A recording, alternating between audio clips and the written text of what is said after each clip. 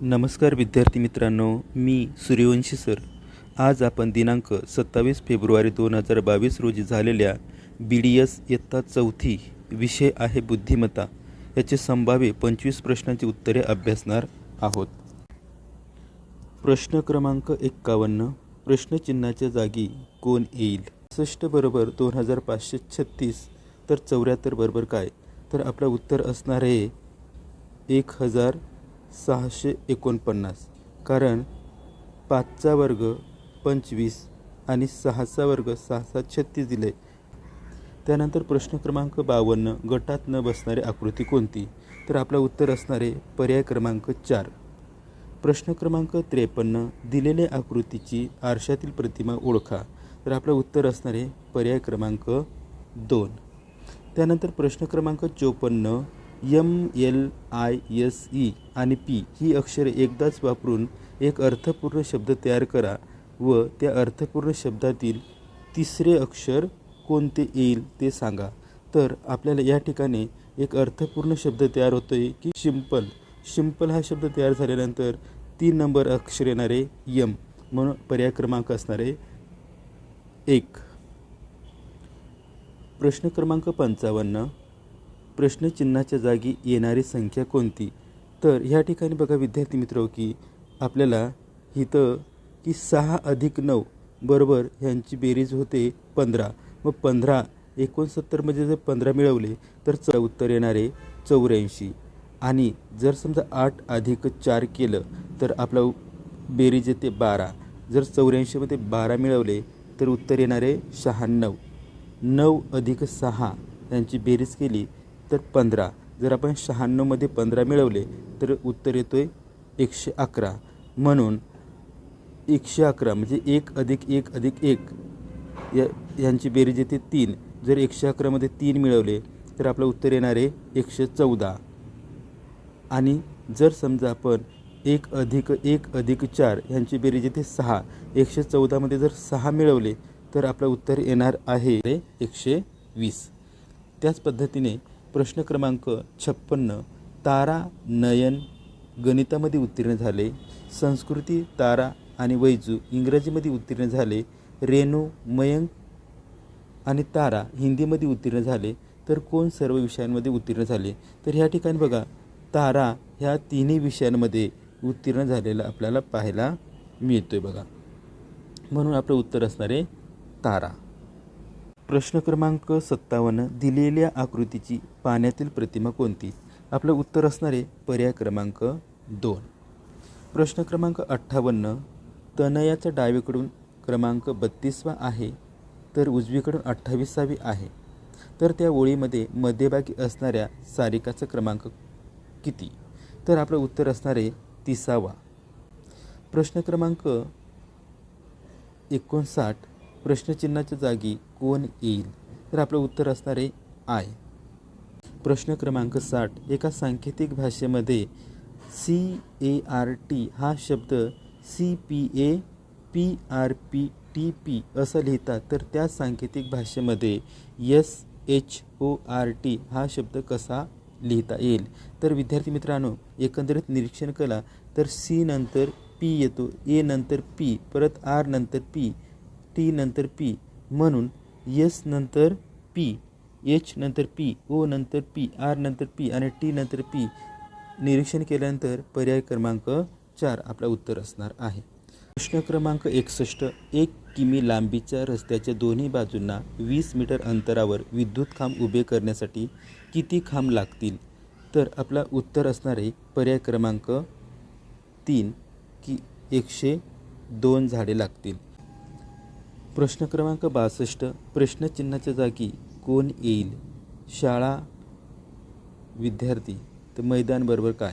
तर आपलं उत्तर असणार आहे पर्याय क्रमांक 2 खेळाडू. प्रश्न क्रमांक 63.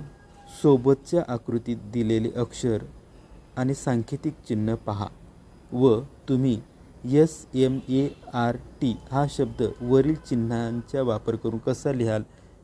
तर आपलं उत्तर असणार आहे पर्याय क्रमांक 4. प्रश्न क्रमांक 64. एका देवळामध्ये जाताना साचीने पहिल्या पायरीवर एक फूल, दुसऱ्या पायरीवर 2 फुले याप्रमाणे फुले ठेवली.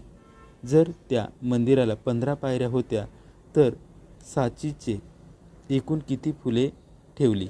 तर बघा विद्यार्थी मित्रांनो, आपल्याला फक्त 15 गुणिले 16 भागिले जर आपण 2 केलं तर आपलं उत्तर असणार आहे की 120. म्हणून पर्याय क्रमांक 1. दिलेल्या आकृतीची पाण्यातील प्रतिमा ओळखा. तर आपलं उत्तर असणार आहे पर्याय क्रमांक 3. प्रश्न क्रमांक 66. जर AHMADNAGAR हा शब्द उलट क्रमाने लिहिला तर उजवीकडून येणारे तिसरे अक्षर कोणते? तर आपलं उत्तर असणार आहे पर्याय क्रमांक 2 यम. यम हे अक्षर तिसरे असणार आहे. प्रश्न क्रमांक 67. प्रश्नचिन्हाच्या जागी येणारी संख्या कोणती? तर आपलं उत्तर असणार आहे पर्याय क्रमांक 1 90. कारण ह्या ठिकाणी बघा विद्यार्थी मित्रांनो, आपण एकंदरीत निरीक्षण केलं तर ह्या ठिकाणी 50 आणि 60 याच्यामध्ये 10चा फरक आहे. 60 आणि 69 मध्ये 9चा फरक, त्यानंतर 8चा फरक, 7चा फरक आणि ह्या ठिकाणी जर आपण 84 मध्ये जर आपण 6 मिळवले तर आपलं उत्तर असणार आहे 90. म्हणून आपला ह्या प्रश्नाचं उत्तर असणार आहे की पर्याय क्रमांक 1 90. प्रश्न क्रमांक 68. गटात न बसणारे कोण ते ओळखा. तर ह्या ठिकाणी बघा विद्यार्थी मित्र की 8 गुणिले 3 केलं तर 8 त्रिक 24. 7 गुणिले 5 केलं तर 7 5 35. त्याच पद्धतीने 7 गुणिले जर 8 केलं 7 8 56. परंतु जर 6 गुणिले 9 जर केलं तर 6 9 54 होतात. परंतु ह्या ठिकाणी आपल्याला 45 दिले, म्हणून गटात न बसणारा पर्याय आहे की तिसरा पर्याय गटात न बसणारा आहे. प्रश्न क्रमांक 70. एका सांकेतिक भाषेत जर 24 बरोबर 16, 37 बरोबर 42, 53 बरोबर 30 असेल तर त्या सांकेतिक भाषेत 93 बरोबर काय? तर बघा विद्यार्थी मित्रांनो, ह्या ठिकाणी 2 गुणिले 4 जर केलं तर 8 होतात आणि 8 गुणिले 2 केलं तर 16. त्याच पद्धतीने 3 गुणिले 7 केलं तर 7 त्रिक 21 होतात आणि 21 गुणिले 2 केलं तर 42 होतात.